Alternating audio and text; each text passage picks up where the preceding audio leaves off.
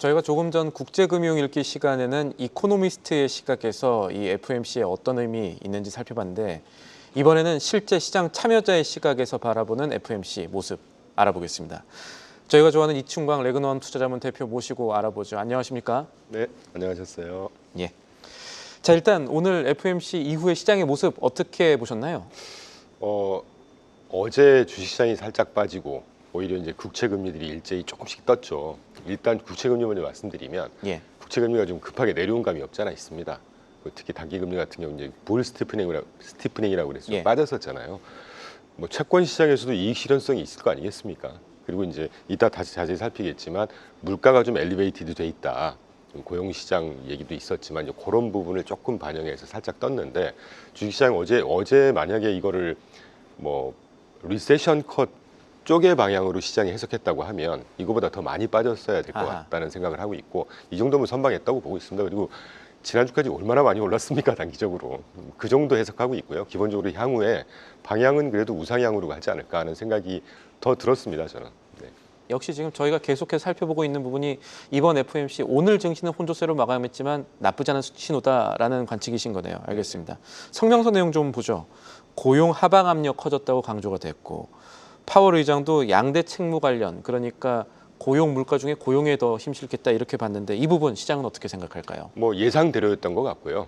근데 이제 분명한 건 우리가 조금 꼼꼼하게 봐야죠. 꼼꼼하게. 예. 네.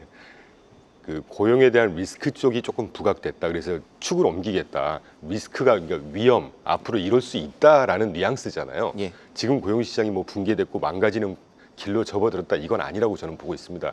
그래서 금리 인하 시켜준 거지 않습니까? 그리고 일단 저는 개인적으로 점도표를 잘 저번 시간에 그렇게 말씀하셨죠. 점도표로 지금 시장 상황 파악하지 않는다고요. 네, 그렇진 않지만 그래도 향후에 FOMC 또는 페드의 향방을 알 수는 있는 거잖아요. 예. 왜냐하면 참여자들이 점을 찍는 거니까. 이번 올 연말 그러니까 요번 인하 한번 했고 남은 이제 2회차에 매번 인하할 거다라는 거를 확실히 점도표에서 보여줬다는 측면에서 보면 금리를 정책 금리를 인하시켜 준다고 하는 것은 뭐 노동시장뿐만이 아니고 여러 다방면의 긍정적인 신호로 봐야죠. 그래서 노동시장도 여기서 더 크게 악화가 되거나 뭐 이런 패스로 가지는 않지 않을까 하는 기대를 하고 있습니다. 지금 점도표 말씀하셔가지고 제가 이 질문 따라 붙은 질문 하나 드릴게요. 네.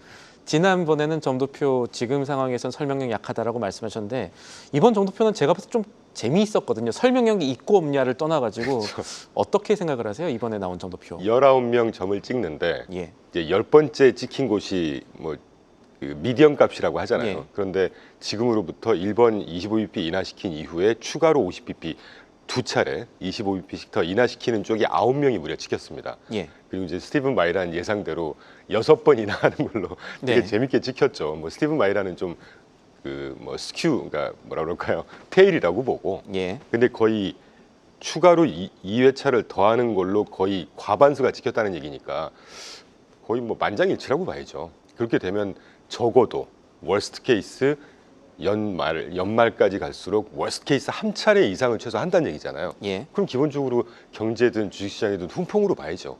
예. 자, 지금까지는 계속 좋은 얘기를 저희가 듣고 있는 건데 신호를 보고 있는 건데 네. 고용에 가려진 물가는 사실 이거는 변수입니다. 왜냐하면 아직까지 시장의 관세 영향 같은 것들이 제대로 반영되지 않았고 관세도 사실은 확정이 안 됐다고 봐야 됩니다. 우리나라도 마찬가지고요. 그래서 파월 의장도 현 시점에서는 관세가 물가에 미치는 영향 자체가 크진 않지만 앞으로 지켜봐야 된다는 식으로 말했거든요. 물가 진짜 걱정 안 해도 괜찮을까요? 굉장히 좋은 말씀이시고요. 저 역시도 지금 여러 방송들에서 그렇고 갈피를 아직은 못 잡겠어요.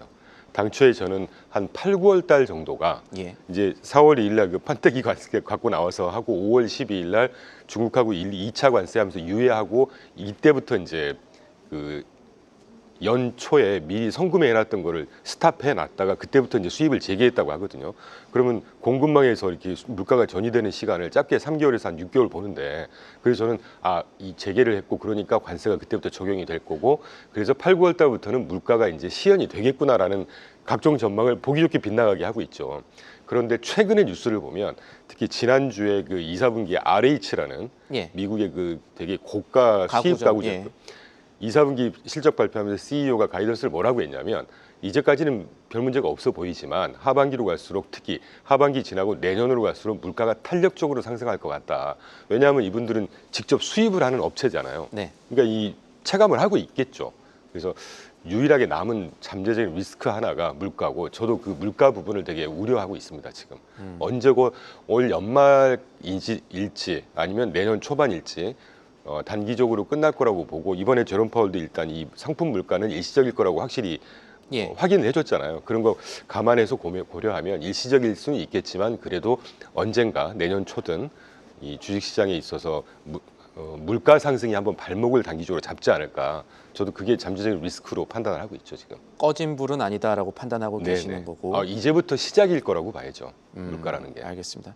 다른 얘기지만 RH 그 맨 옥상에 그 뉴욕 가보면은 그 감자튀김 파는 데가 있거든요. 그게 맛있습니다. 어쨌든 예, 한번 웃으시라고 분위기 풀 겸 말씀드렸고요. 자, 이번에는 파월 기자회견 내용 살펴보죠. 기자회견에서 가장 오늘 시장이 주목한 부분이 이 인하가 경제 지표에 후행하는 인하가 아니라 리스크 관리 차원의 인하라고 했습니다. 이건 어떻게 받아들여야 될까요? 굉장히 좋은 신호로 봐야죠. 우리가 배드 컷의 종류가 두 가지잖아요. 예. 리세션 컷이 있고 인슈런스 컷이 있고 예. 뭐 아, 그렇게 이거 모르는 분들도 많습니다. 여러 가지 해석할 필요 없이 예. 리스크 관리 측면에서 보험성이라고 분명히 명시를 해줬습니다. 그러니까 기본적으로 이거는 뭐 여러 통계 자료를 봐도 과거 한 15년 동안 저희가 통계 자료를 내보니까 어제 이제 같은 방송 채널에서 그런 그래프를 오늘은 안 갖고 왔는데 그 금리 인하하는 시점 앞뒤로 1, 2년 딱 봤을 때 주가가 상승하는 거는 인슈런스 컷인 경우에 주가가 상승했고요. 예. 리세션 컷일 때는 주가가 계속 하락했습니다. 이번에 인슈런스 컷이라는 말을 확실히 명시를 해줬잖아요. 예. 기본적으로 긍정적으로 받아들여야죠. 저도 이제 방송을 진행하면서 같은 주제를 다양한 각도에서 확인할 때 가끔씩 해석이 갈리는 경우가 있는데 오늘은 대체로 이번 FOMC는 오늘의 증시 모습과는 다르게 전체 시장의 긍정적인 신호로 보시는 분이 많은 것 같습니다. 이것도 하나의 중요한 포인트고 네. 그렇다면 이제 앞으로 시장 어떻게 될까 이거를 봐야 되는데 저희가 지금까지 좋을 수 있다고 얘기를 했는데 금리 인하 후에 하반기 시장의 리스크 요인도 점검을 해봐야죠. 어떤 거 보세요? 저는 유일하게 하나 아까도 말씀드린 물가 보고 물가. 있습니다. 예. 물가. 이게 펀더멘털의 가장 중요한 지금 관세 이슈잖아요. 예. 2025년은 어떻게 보면 트럼프와 관세가 모든 걸 지배했던 해였습니다, 사실은. 근데 그 SEP에도 나왔었지만 경제 성장 전망치라든가 물가가 살짝 뜨지만 향후 3년 있다가는 또 물가가 하락하는 걸로 나왔었단 말이죠. 예. 그런 거 보면 뭐 이제 물가는 3년 있다 얘기인 거고 지난 6월 대비해서 이번에 물가는 뭐 20bp 한 30bp 살짝 뜨는 거로 나왔어요. 그러니까 예. 경제 전망은 괜찮고 심지어 또 저기 실업률은 또 괜찮을 거로 보고 있고 근데 이 FMC 위원분들도 물가가 계속 문제라는 말을 하고 있고 인터뷰에서도 상품 물가 내년에 이제 압력이 작용할 거다라고 분명히 얘기했잖아요. 저도 같은 우려 또는 전망을 하고 있습니다. 알겠습니다. 저희가 이제 마지막 질문 드릴 시간이 왔는데 대표님의 컴플라이언스를 해치지 않는 선에서 저희는 대표님의 포지션이 이번에 바뀔지 아니면 지금 같은 상황에선 어떤 포트폴리오를 운용하실지 사실 그게 궁금하거든요. 네. 조금 두루뭉술하게 말고요. 좀 잘 말씀해 줄 수 있어요? 저는 실제 어제 그제까지 이번 금리 인하에 대비해서 리밸런싱을 거의 마쳤고요. 맞추셨어요? 예, 금리 인하 대비해서 맞춰놨습니다. 예. 분명히 말씀드리지만 금리가 인하된다고 하는 거는 뭐 배경이 여러 가지가 있겠지만 이후에 수혜를 받을 업종 얘기잖아요, 사실은. 예. 중소형 부동산이라고 봐요, 저는. 중소형 금융과 부동산. 중소형 부동산 세 개로 간단히 말씀드리겠습니다. 알겠습니다. 지금 그렇게 해서 리밸런싱을 금리 인하에 맞춰서 해놨는데 후회하지는 않으시는 거죠, 당연히. 뭐 글쎄요.